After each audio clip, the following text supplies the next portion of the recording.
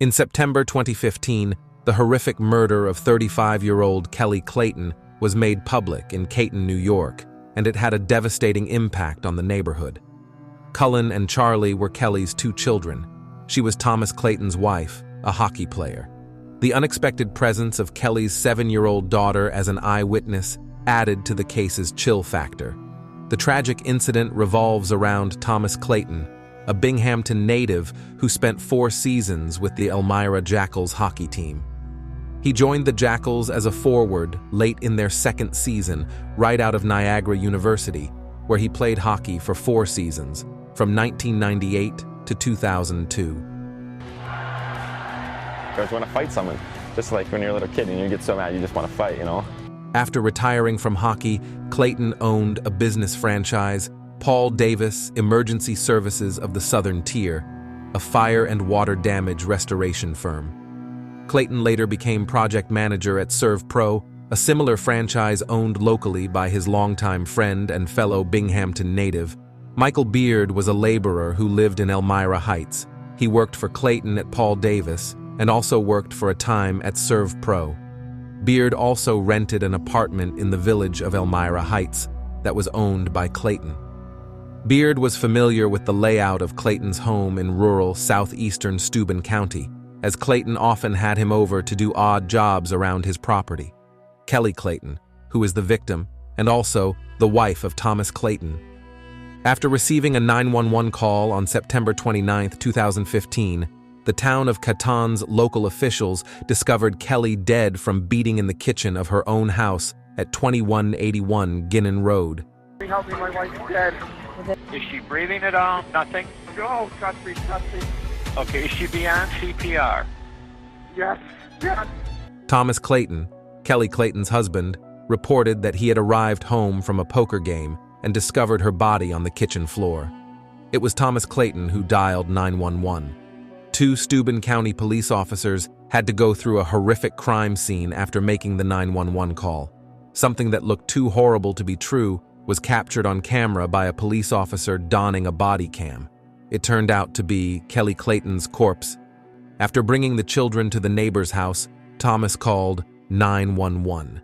How you doing? Okay. What's going on?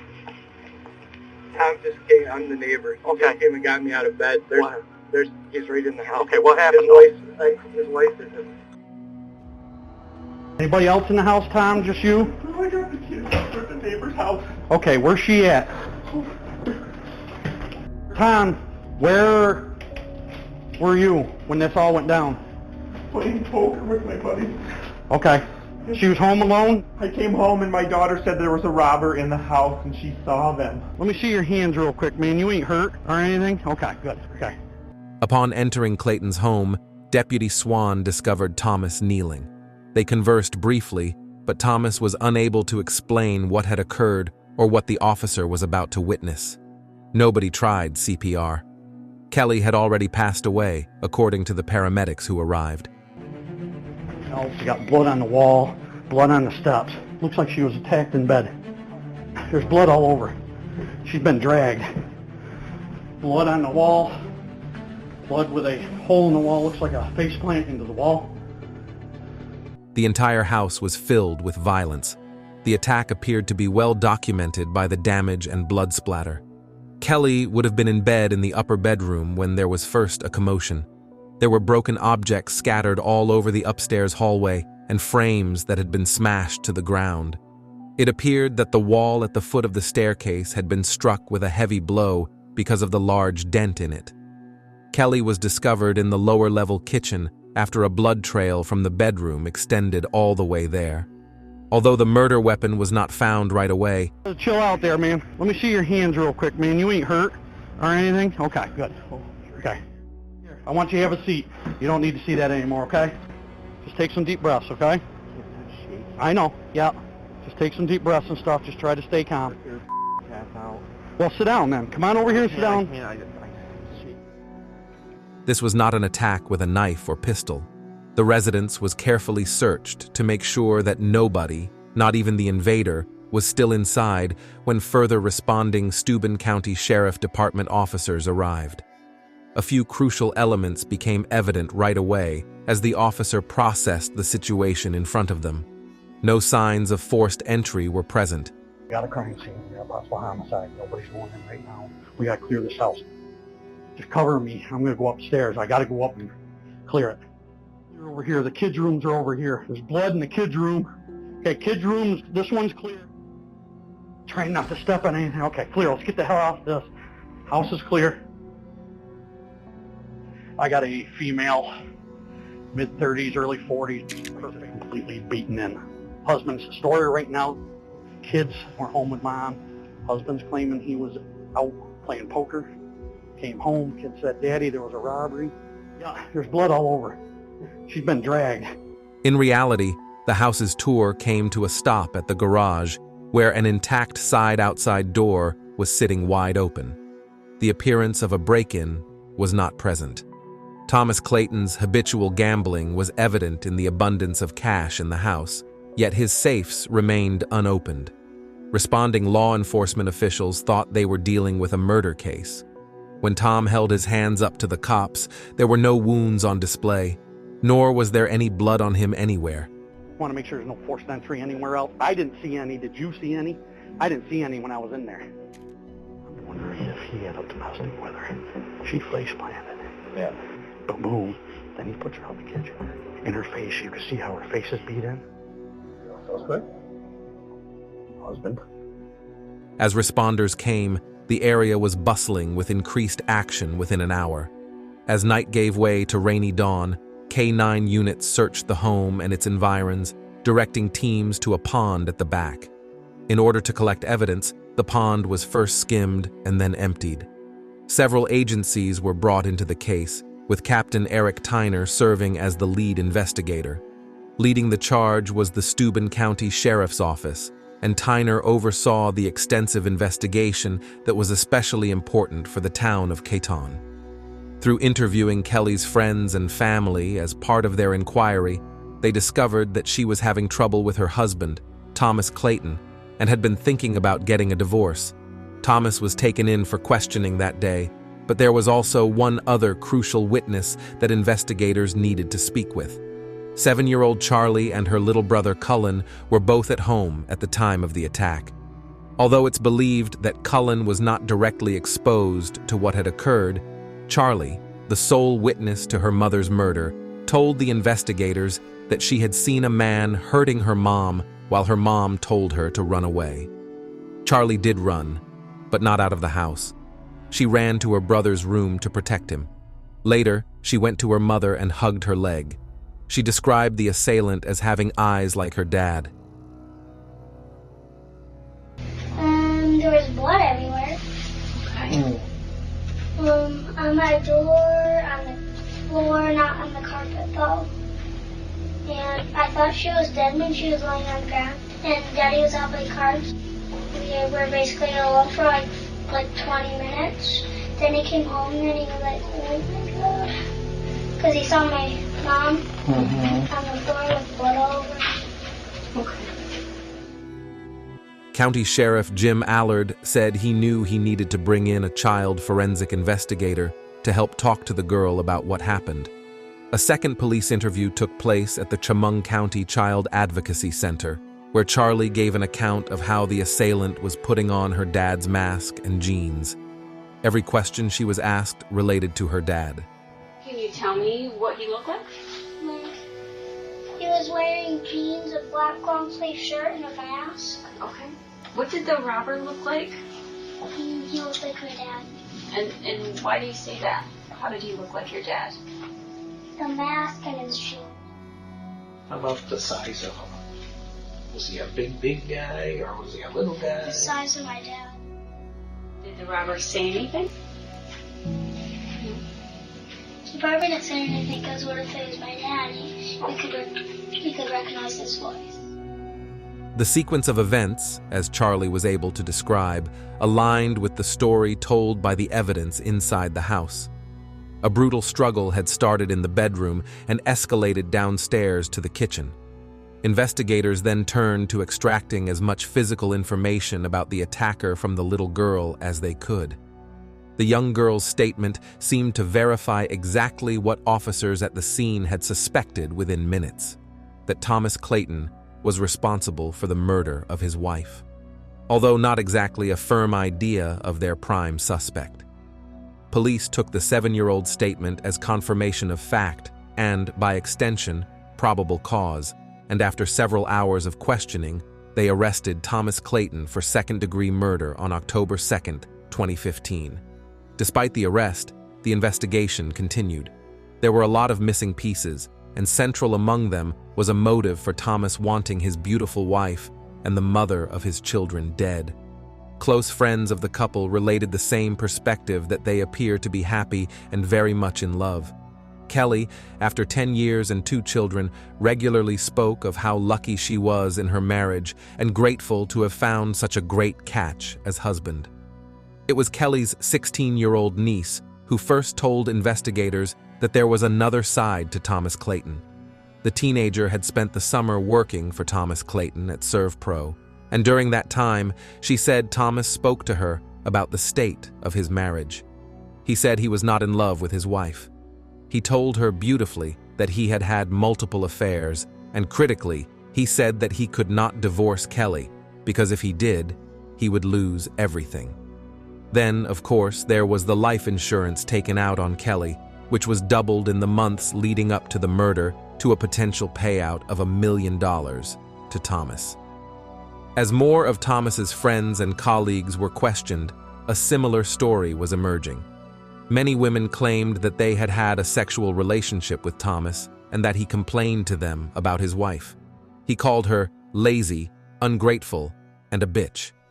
These relationships were verified, and cell phone records indicated that even as Thomas was exchanging seemingly loving text messages with Kelt only a few days before her murder, Steuben County Sheriff's investigators had what they assessed as a domestic dispute gone too far.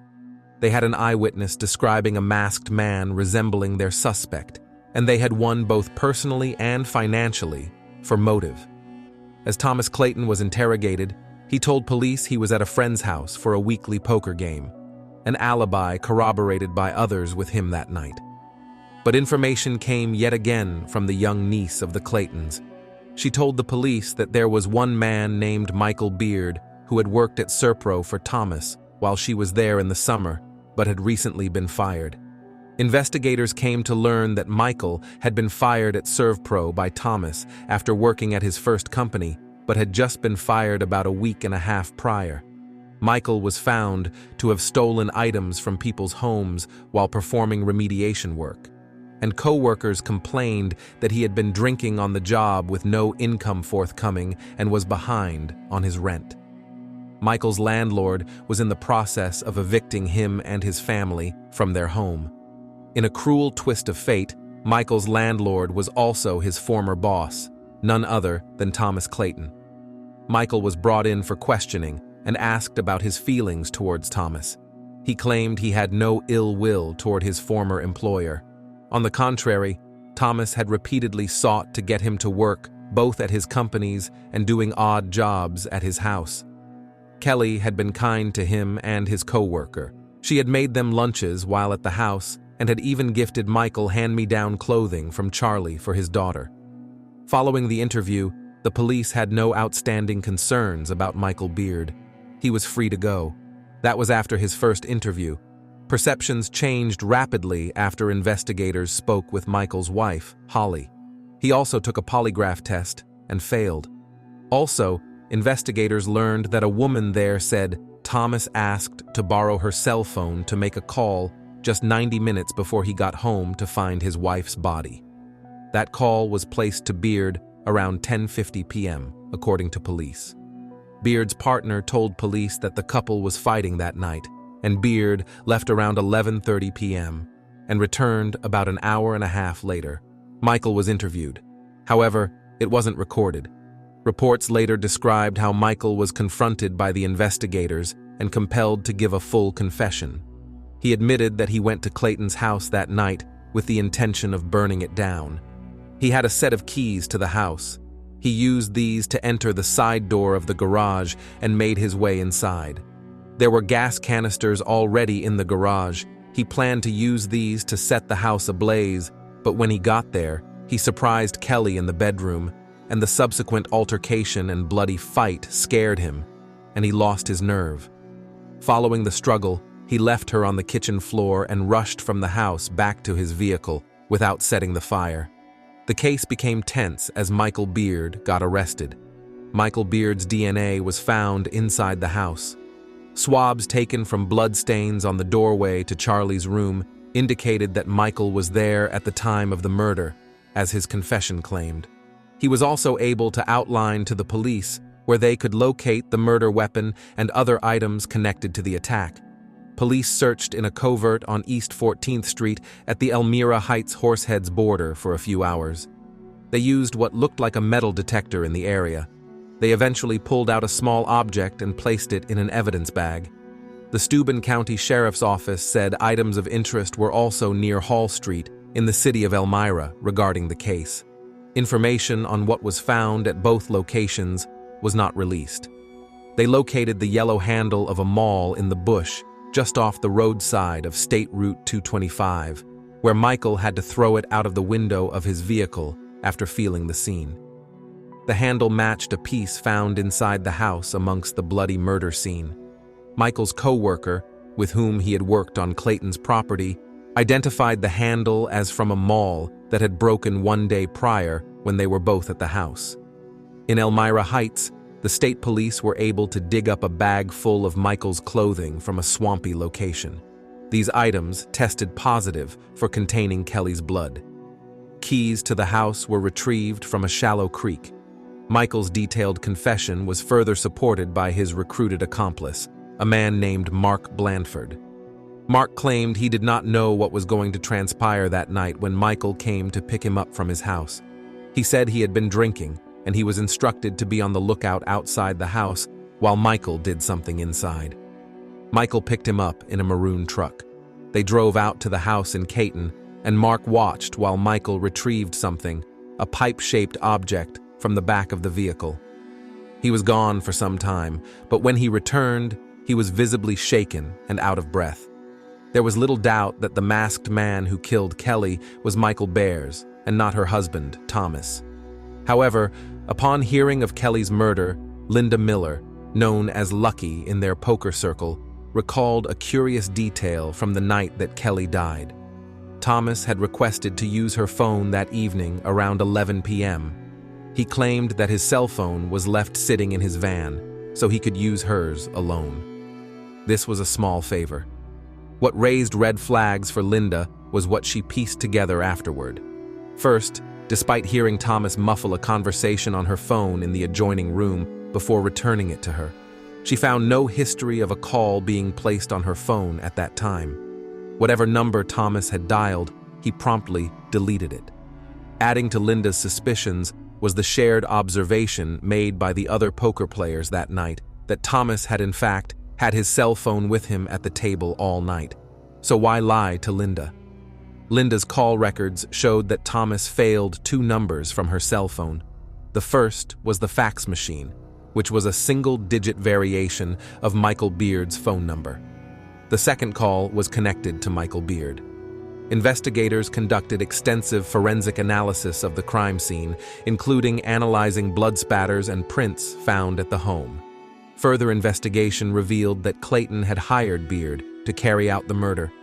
They had communicated through texts, calls, and emails, and on the day of the murder, Clayton had purchased a throwaway phone to use during the crime. Clayton had also made internet searches on how to hire a hitman. Michael Beard stood trial first when he took the stand in his own defense. The top count of first-degree murder was applicable if the jury accepted that Michael was hired to commit the murder. During the prosecution, Michael Beard gave testimony that he had been hired by Clayton to carry out the murder and was paid $10,000 for his services. He also admitted to striking Kelly with a baseball bat while Clayton waited in the car outside the home. However, he recanted his confession, and he could no longer be used as a key witness in the case against Thomas. The state needed to show proof that Michael was hired by Thomas in some other way, but no money was ever exchanged. The $10,000 allegedly promised to Michael had never materialized. No incriminating conversations between the two men were ever overheard. Text messages between the two dealt with work-related topics, some of which were notably cryptic, but they did not confirm any agreement to murder Kelly. In that phone call from Linda Miller's phone, Thomas claimed to have called Michael, offering him some work for the next day and helping a player at the poker table move some deer blinds that he purchased. The prosecution called Ray, a former police officer who runs a business that uses software to aggregate data from multiple sources, such as GPS data, phone company records, and calm tower information, in order to track the whereabouts and movements of active cell phones at any given moment. Using that information, Ray made maps that depicted Beard's and Thomas Clayton's whereabouts on the days preceding the murder. Additionally, the information revealed that Michael departed his house just before 11 p.m. on September 28th, right after he received a phone call from Thomas during the poker game. GPS data also traced Thomas to a local business, M&M Auto, at about noon on the day leading up to the murder. He stopped in to use the business's phone, saying he was unable to get a signal on his cell phone. Records obtained from that business line showed a call to Michael placed at that time, which lasted just over a minute, and security footage from Michael's apartment building, as well as the ServPro parking lot, began to fill in the gaps. Thomas had arranged 2 switch vehicles the day before the murder, and another employee, Luca Tatrault, the same worker who identified the murder weapon, showed up at Thomas's house on Saturday in his red pickup truck to collect a 4-wheeler for a weekend event. On Monday, Thomas offered to swap trucks with Luca for the day. Thomas would unload the 4-wheeler at home and return Luca's truck the following day, instead of unloading it from his truck to Thomas's. ServPro's surveillance footage conveniently revealed that Thomas had unloaded the 4-wheeler at home, left the red pickup truck in the lot at around 6 o'clock, and then driven a ServPro truck to the poker session that evening. Following Thomas's phone call, Michael Beard left his house, rode a bicycle that Thomas had bought him to the ServPro lot, picked up Luca's red truck, and drove away. After dropping off Mark Bradford shortly after 12:30 a.m., security footage once more revealed. Thomas's trial saw 75 witnesses, 400 pieces of evidence submitted by the prosecution, and 6 full weeks of testimony. It took the jury just 6 hours to reach a verdict. Thomas was convicted of first-degree murder. Thomas's defense team appeared shocked by the decision. They continued to insist that no concrete evidence existed to link Thomas to a plot to hire Michael Beard.